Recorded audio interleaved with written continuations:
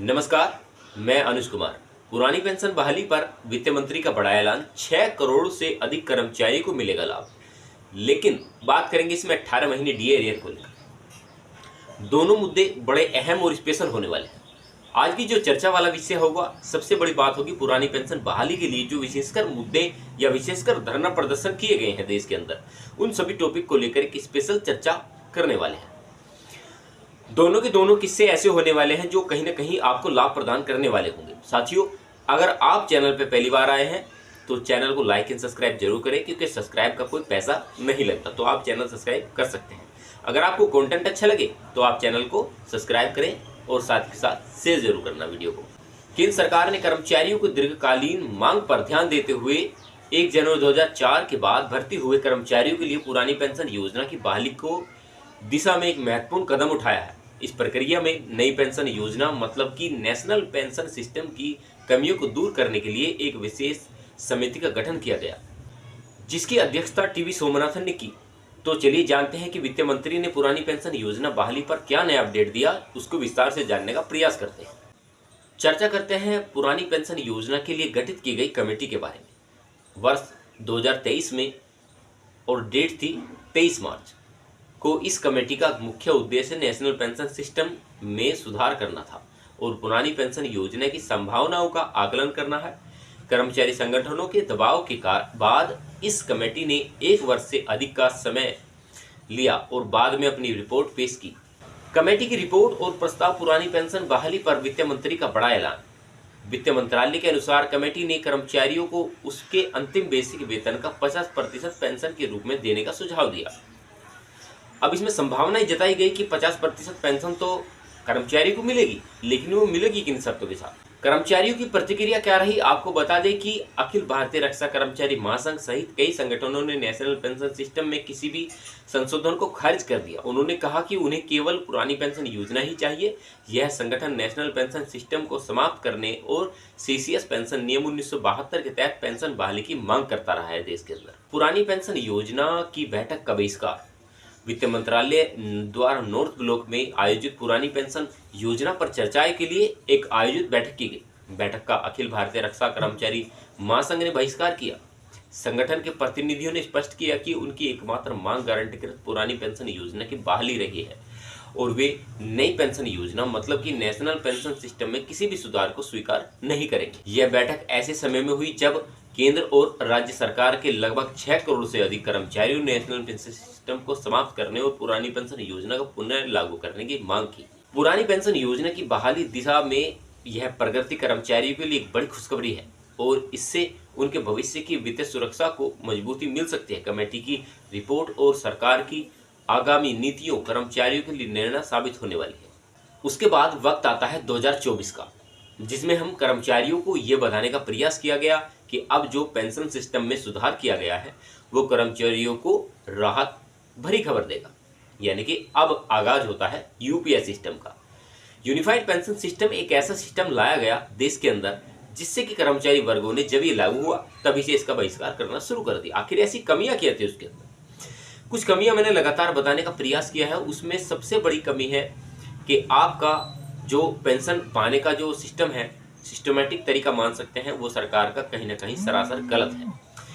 अब ये चीज हम लगातार बोलते भी रहते हैं, बताते भी रहते हैं, लेकिन इसको कितने लोग अमल कर पाते हैं? क्योंकि मैं अपनी वीडियो में खुद से ही देखता हूं कि आप लोग कमेंट्स नहीं कर पाते, तो कमेंट्स करना जरूरी है। और ये जो एनपीएस सिस्टम में बदलाव कर यूनिफाइड पेंशन सिस्टम लाने का प्रयास सरकार ने किया है, तो आपको क्या संभावनाएं लगती हैं कि क्या इसको कर्मचारी स्वीकार करेंगे? जैसे कि एनपीएस जब लागू किया गया था तो नेशनल पेंशन सिस्टम को उस समय पर सभी कर्मचारियों ने विरोध किया कि हम जो है पुरानी पेंशन योजना लेंगे, लेकिन सरकार ने उसे फिर भी लागू किया। तो क्या अब हम ये मान सकते हैं कि ये जो सिस्टम है यूनिफाइड पेंशन स्कीम, जो नया सिस्टम है, उसको सरकार लागू करेगी तो कर्मचारी को मानना पड़ेगा जो इस दायरे में आएंगे?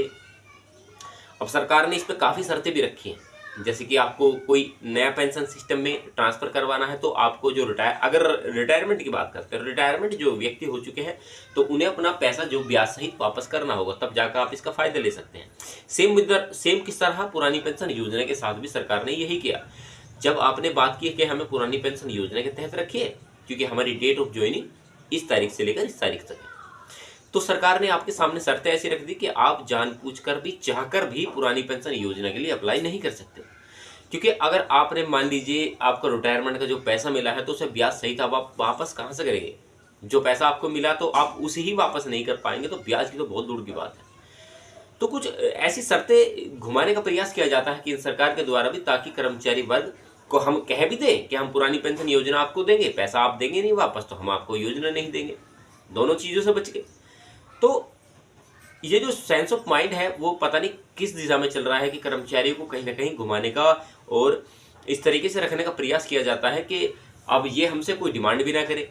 अगर ये डिमांड कर भी रहे हैं तो उनके सामने कुछ ऐसी शर्तें रख दो कि ये हमारे सामने कुछ जवाब ना दे सके। चलिए बात करते हैं इसी बीच 18 महीने डीएआर को लेकर कि उसके बीच में क्या चर्चाएं हैं, क्योंकि उसकी जो अभी हाल ही में हमें बताया गया कि किस्तों के द्वारा दिया जाएगा, लेकिन उसका कोई ऐसा समाधान हमारे सामने अभी तक निकल कर नहीं आ पाया। सरकार केंद्र कर्मचारियों की तनख्वाह और पेंशनरों को प्रतिवर्ष महंगाई भत्ते का लाभ देती रही है, लेकिन कोविड-19 के दौरान जो 18 महीने का बकाया महंगाई भत्ता अब तक रिलीज नहीं किया गया।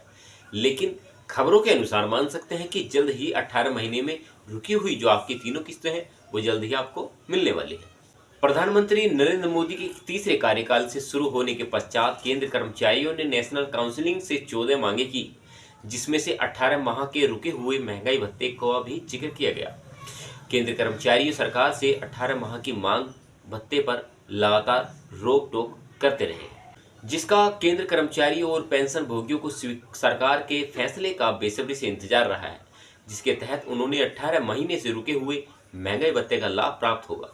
आपको बता दें कि सरकार की तरफ से इस पर बयान सामने आया है। बता दें कि 2020 से 18 महीने का महंगाई भत्ता अभी तक जारी नहीं किया गया, जिसके लिए संसद में संसदीय समिति सांसद महोदयों ने भी 18 महीने के भत्ते को रिलीज करने की बात कही है। इस संबंध में केंद्रीय वित्त मंत्री पंकज चौधरी ने भी लिखित उत्तर में कहा कि ऐसा फैसला कोविड महामारी के चक्कर में लिया गया। केंद्र सरकार ने 1 जनवरी 2020 से जुलाई 2021 तक सरकारी खजाने पर दबाव बढ़ने पर ऐसा फैसला लिया। 2020 के दौरान कोविड-19 जैसी आपदा में सरकार को जनता के लिए कल्याणकारी योजनाओं के तहत हो रहे भारी खर्च की वजह से महंगाई भत्ते को पाने की संभावनाएं जो थी वो उस समय पर रोकनी पड़ी।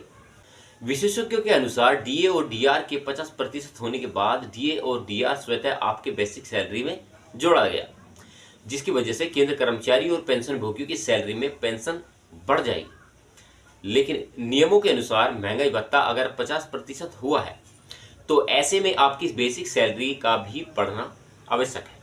लेकिन 7वें वेतन आयोग की रिपोर्ट में ऐसा किसी भी उपाय की सिफारिश नहीं पाई जाती। कभी मंत्रालय का बयान आता है, कभी किसी समिति की रिपोर्ट आती है, लेकिन दोनों मुद्दे बड़े अहम और एक विश्लेषण के तहत हम मान सकते हैं। पहली बात थी पुरानी पेंशन योजना बहाली। विश्लेषण ये निकला कि पुरानी पेंशन योजना की मांग आप करते रहें, हम आपके सामने कुछ ऐसी शर्तें रखेंगे जिससे कि आप पुरानी पेंशन योजना की मांग छोड़ देंगे रिटायरमेंट कर्मचारियों के लिए। अब जो कर्मचारी इस समय पर जॉब कर रहे हैं वो लगातार ये सोचने का प्रयास करते हैं कि हम जो है अब पुरानी पेंशन योजना किस प्रकार ले सकते हैं, क्योंकि मेरे पास जो कमेंट्स आते हैं मैं कमेंट्स के आधार पर ही अधिकतर बोलने का प्रयास करता हूँ। कोई कहता है कि मैंने 30 साल सेवा की है, कोई कहता है कि मैंने 40 साल सेवा की है, जो आज एनपीएस के तहत पेंशन मिल पा रही है, तो उन लोगों को पेंशन जो मिली वो केवल और केवल किसी को 2000 मिली, किसी को 700 मिली, किसी को 800 मिली, किसी को 1100, किसी को 2498, इतनी पेंशन मिल पा रही है।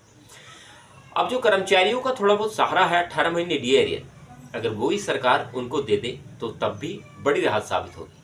हर कर्मचारी वर्गों का जिसका भी रुका है, मेरे ख्याल में सभी कर्मचारी वर्गों का जो 6 करोड़ कर्मचारी हैं देश के अंदर, सभी का पैसा रुका हुआ है।